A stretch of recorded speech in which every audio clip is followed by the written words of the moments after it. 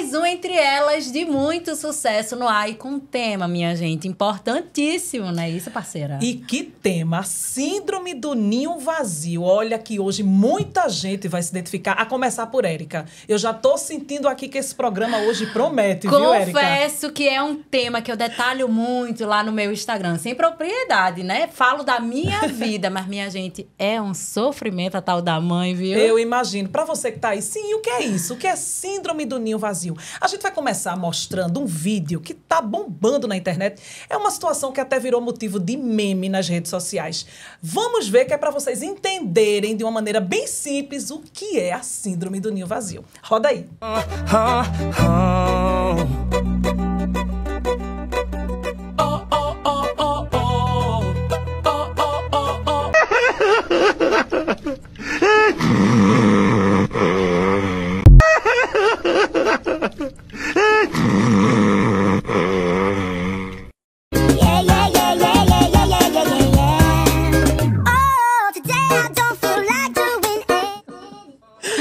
Ai, meu Deus, eu me identifico muito, minha gente, com esses vídeos. Tenho duas crianças em casa, uma adolescente de 15 anos está aí na partida e uma bebezinha de 2 anos e meio, uma criança, né, de 2 anos e meio. Olha só, quem vai bater esse papo com a gente é a psicóloga Adriana Barros. Seja muito bem-vinda aqui ao Entre Elas. A gente pede para que você se apresente, para que todo mundo lhe conheça, além de ser psicóloga, né, minha gente? Exatamente. Primeiro, prazer, agradecer um tema que todos nós passamos, né?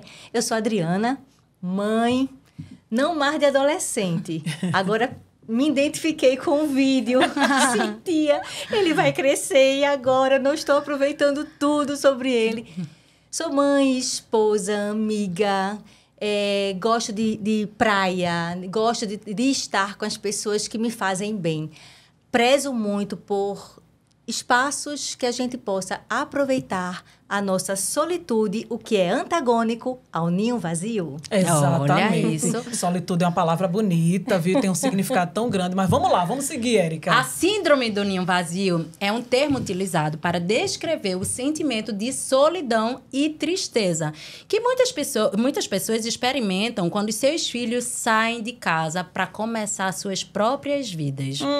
Essa síndrome costuma afetar principalmente as mulheres, que dedicam a sua vida inteiramente a cuidar de seus filhos, deixando de lado muitas vezes o trabalho e outras tarefas individuais. Essa situação gera um sentimento de total perda da função de mãe, que agem sem saber o que fazer dali para frente, já que os filhos, né, cresceram e não precisam mais dela. Eita! Apesar de afetar mais as mães, não é isso? A síndrome também pode atingir os pais, os familiares mais próximos, como os avós, que participaram ativamente na formação do neto, que hoje está indo constituir a sua própria família, porque isso acontece, né, Adriana? Então, para a gente entender bem esse cenário, né, e a gente traduzir essa síndrome para quem está assistindo em casa, por que essa história do ninho vazio? Tá faltando um pedaço, é isso? Tá faltando um pedaço. Só que a gente tem que ficar atenta a uma coisa. Eu gosto muito de perguntar: qual é o pedaço que falta? Será que é o pedaço do meu filho ou esse pedaço que falta não começa em mim? Porque as pesquisas mostram. A gente sabe que pessoas que cuidam mais de si, pessoas que focam nas suas pausas, pessoas que trabalham, tudo bem trabalhar fora, elas conseguem lidar melhor. Sabe por quê, gente? Conhecimento. Tudo que eu conheço, tudo que eu entendo me causa menos sofrimento. Existem várias situações que levam ao processo do abandono. Bora começar pela construção individual de cada um? Então, a pessoa que, no momento em que a sua formação com os seus cuidadores foi alguém que passou por algum processo de negligência, foi alguém que dependeu de outro e não conseguiu desenvolver a sua própria autonomia, ela pode se tornar uma pessoa dependente. Essa pessoa pode ter uma baixa autoestima. Tudo isso vai reverberar lá na frente. A gente não pode falar de ninho vazio sem também lembrar do termo ninho cheio, que está muito presente nos dias atuais. Que é o contrário, Que né? é o contrário. A gente sabe quantos adultos, quantos adolescentes estão em casa e o que é que os pais precisam fazer para eles irem ter a sua autonomia. Mas vamos falar do ninho vazio. Você colocou muito bem, Érica. É esse espaço que acontece quando os pais, eles miram a vida deles, eles focam muito no desenvolvimento dos filhos, no crescimento dos filhos. Só que tem uma hora que esses filhos precisam ter a sua própria vida. Precisam crescer, se desenvolver, sair de casa. O que acontece com quem fica? O que é o ninho? O ninho é onde o passarinho, não é? Ele cria. Ele tem a sua cria, aquele seu canto. Então, imagina, o passarinho que volta e não tem mais o seu filhotinho. Eu achei ótimo o vídeo que vocês colocaram, porque foi tudo com criancinhas que não vão sair de casa agora, porque geralmente isso acontece quando as pessoas já estão formando suas famílias. Uma coisa que as pessoas precisam entender sobre ninho vazio é que muitas vezes esses filhos casam, esses filhos trabalham, esses filhos formam famílias, mas esses filhos também voltam. Esses filhos voltam para pedir ajuda dos pais, seja ajuda para a rede de apoio de quando vai nascer o filho. E é muito legal porque os pais começam a perceber que eles não estão sozinhos como eles pensavam. Apenas que as situações, as cadeiras rodam, as cadeiras vão se modificando. Então, ter essa compreensão. Muitas vezes, o ninho vazio, ele culmina com 2 períodos significativos na vida de uma pessoa. A aposentadoria e menopausa. Imagina, 2 bombas de relógio. Eu converso muito com minhas amigas sobre esse tema, porque a gente sabe que a gente cria o filho para o mundo, né? É isso que a gente aprende. Só que o mundo que a gente vive hoje, ele é um mundo um pouco tanto quanto violento. Então, antes, a minha mãe não tinha dor de cabeça e nem ficava tão preocupada assim quando eu ia na padaria do lado. Hoje, meu filho tem 15 anos e quando ele vai na padaria do lado, eu fico preocupada. E aí a gente fica compartilhando sobre essas coisas, né? Até que momento e até que ponto você deixa o seu filho ir para algum lugar? Será que eu não estou prendendo demais? Será que eu não estou deixando ele ter a liberdade dele exagerada demais? Por causa da violência. Tem a ver por esses quadros de mães e mulheres com essa síndrome do ninho vazio ter aumentado por causa essa ligação com a violência, esse mundo social que a gente vive hoje? Tem a ver, mas tem muito a ver com a personalidade de cada um. Como eu falava no começo, essa forma como a gente se desenvolve, a forma como somos desenvolvidos pelos nossos cuidadores, faz com que a gente desenvolva esquemas, EIDs, esquemas iniciais desadaptativos. O que é isso? São 5 domínios, são 5 etapas da vida de um bebezinho até meados da adolescência. E essas etapas vai corresponder a algumas necessidades emocionais que o ser humano precisa para o seu desenvolvimento. Se isso não for preenchido como ele precisa, na sua condição subjetiva, que é diferente do irmão gêmeo, do trigêmeo dele, do que ele traz de temperamento que tem a ver com a carga genética. Se isso não for satisfeito, o que é que vai acontecer? Podemos desenvolver até 18 tipos de esquemas desadaptativos. Então, esquemas do primeiro domínio está muito ligado à nutrição emocional. Freud já dizia uma coisa fantástica. Existe uma compulsão à repetição. Então, muitas vezes, isso é geracional, esses esquemas. Então, no momento em que eu tive uma mãe que tinha uma vulnerabilidade que está no segundo domínio. Esquema de vulnerabilidade é aquela pessoa que vivencia muita ansiedade e ela tem uma sensação de que a qualquer momento uma tragédia acontece. Esquema de abandono é outro. Então, quando a gente identifica, isso ajuda muito. Por exemplo, eu sou psicóloga, então eu trabalho com terapia do esquema. E meu filho também faz psicologia. Um belo dia, tem um inventário que vai mapeando os nossos esquemas. Cheguei para ele e disse: Guilherme, descobri uma coisa fantástica. Vê só, sabe por que tu não pode sair de casa sem me dizer onde tu estás? E sem tu me dizer, me dar uma notícia de que horas tu chega? O quê, mãe? Eu disse: olha, no meu mapeamento não dá esquema de abandono, mas eu vou tratar como se eu tivesse. Porque todas as vezes que o meu filho saía, eu fui mãe solo, né? Eu me divorciei. E isso também contribuiu muito, porque eu tive um divórcio super difícil, eu precisei, sim, ser a leoa do meu filho. Então, eu queria super proteger, mas eu não podia. Eu tive pessoas do meu lado que me ajudaram a dizer: ele precisa de autonomia, ele precisa ir. Estimule, crie ele em casa, deixe ele fazer as coisas. E eu precisava trabalhar. Então, eu cresci, ele cresceu, Érica e Jaque, eu perguntando a ele: Guilherme, eu acho que eu fui uma mãe que abandonei. Uau! Dava pra fazer um meme. Mãe, tu não abandonou. Não adiantou. Eu disse, Guilherme, eu acho que tu tem esquema de abandono. Mãe, eu não me sinto abandonado. Altos diálogos na madrugada, tomando vinho. Chega, vamos fazer um inventário. Guilherme não tem esquema nenhum de abandono. Eu também não tenho. Mas eu trato como se fosse, porque todas as vezes que ele saiu, eu disse, vamos fazer o seguinte, vamos pensar numa coisa, já que talvez eu tenha.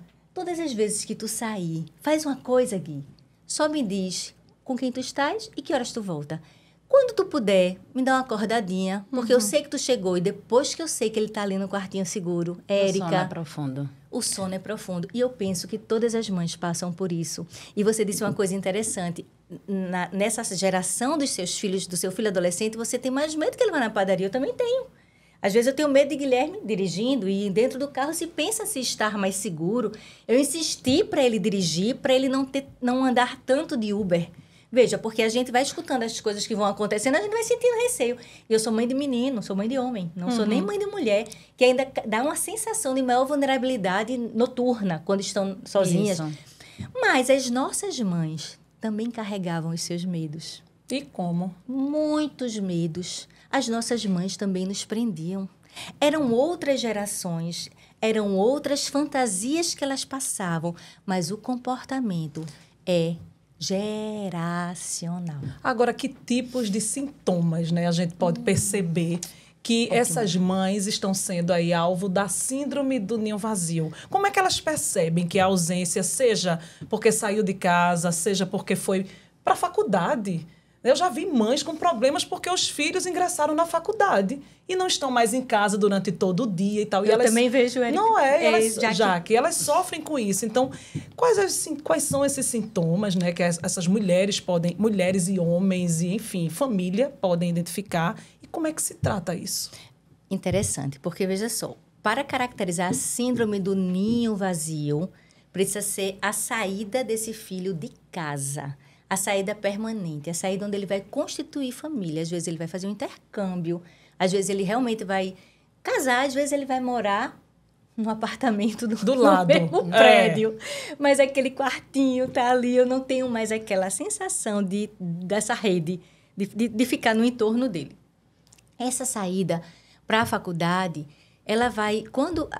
é importante que os pais, porque hoje os pais também estão tendo, né? Pais estão tendo a síndrome do ninho vazio.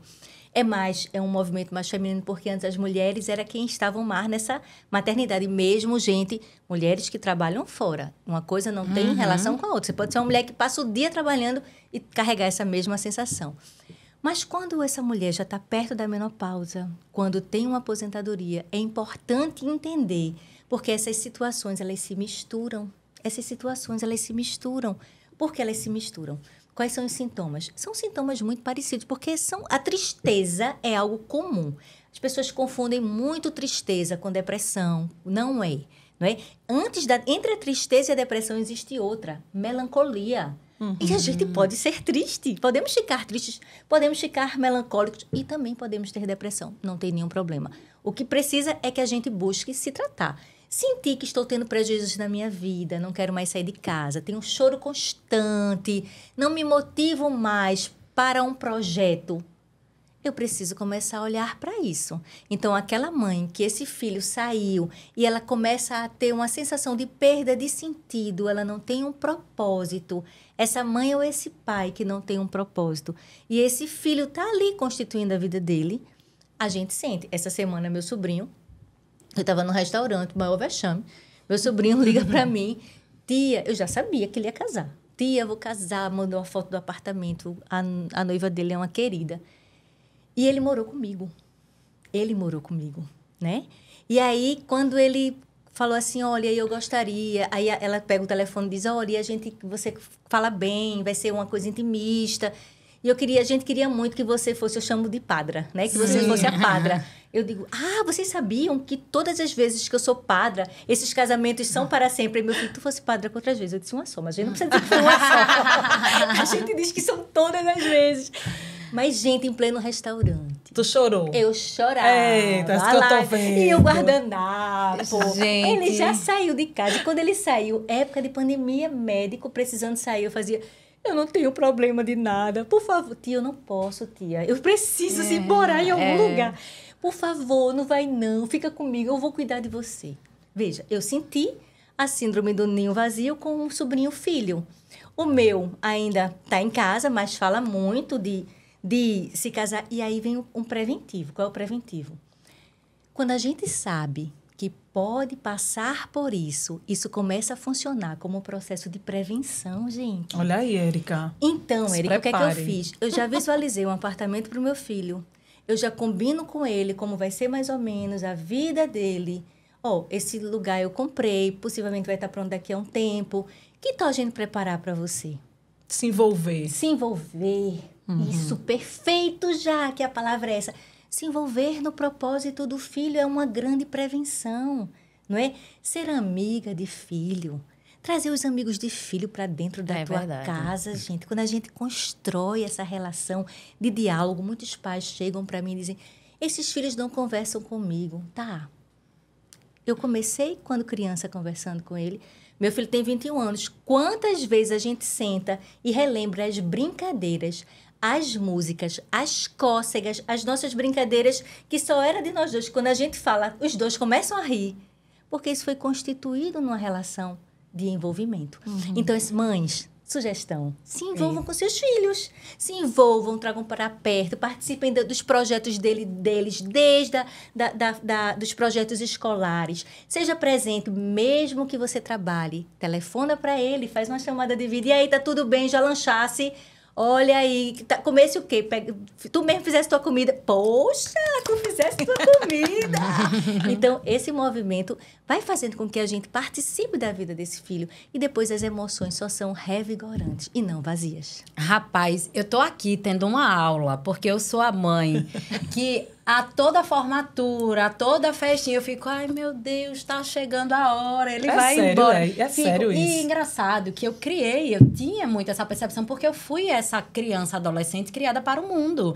Então, eu sempre fiz muitas também. coisas. E é engraçado, porque meu pai e minha mãe me criou para o mundo, mas eu já tenho esse espírito mais protetora. Olha, meu filho tem 15 anos, me ligou outro dia, tô com febre, mãe na escola, vem me buscar. Ele podia ir andando para casa, era perto da nossa... Eu larguei tudo que eu tava fazendo e corri, fui pegar, dei o remedinho, coloquei. Eu sei que não é a coisa mais ideal, mas na prática, para uma mãe, é muito difícil. Mas esse remedinho pode ser dado. Era isso que eu ia dizer. Tem que ser dado. E o que é que não é ideal, né? Porque não tem isso também, E né? esse remedinho só traduz uma forma de amor. afeto, de amor. É diferente de amputarmos as pernas dos nossos filhos. Não permitirmos que eles vivenciem as suas experiências. É muito importante que a gente permita que ele participe dos eventos escolares, que ele possa resolver os conflitos na escola, sabendo que estamos aqui na retaguarda. A gente vai estar ensinando eles a conversar com professores, a conversar com os amigos, mas antes de mais nada, conversar com a gente, ter intimidade. Uma época se fez uma pesquisa norte-americana sobre casais.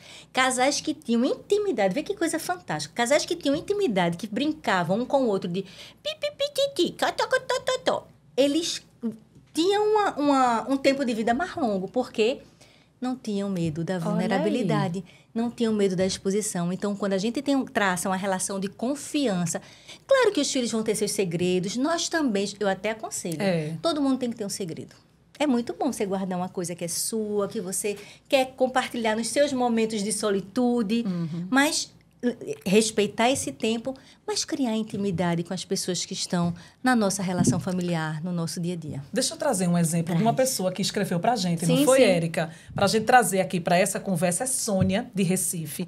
Ela diz que está passando pela síndrome do ninho vazio. A primogênita de 20 anos se apaixonou por um marinheiro.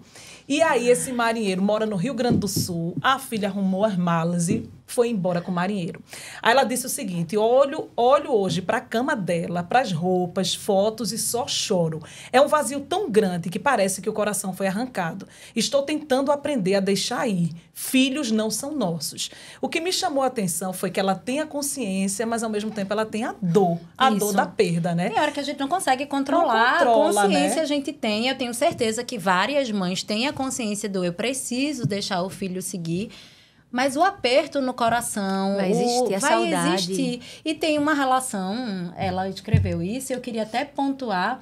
Outro dia, conversando com as amigas, porque isso é um tema recorrente na minha vida. A gente conversando com as amigas, pode ser depois do intervalo? Pode, Já tô inclusive, pra gente levantando até ali, dar uma resposta à vai dar Sônia, né? Que Sônia vai ficar exatamente. esperando. Perfeito, Vamos então. pro intervalo, né, Já a Érica? gente volta.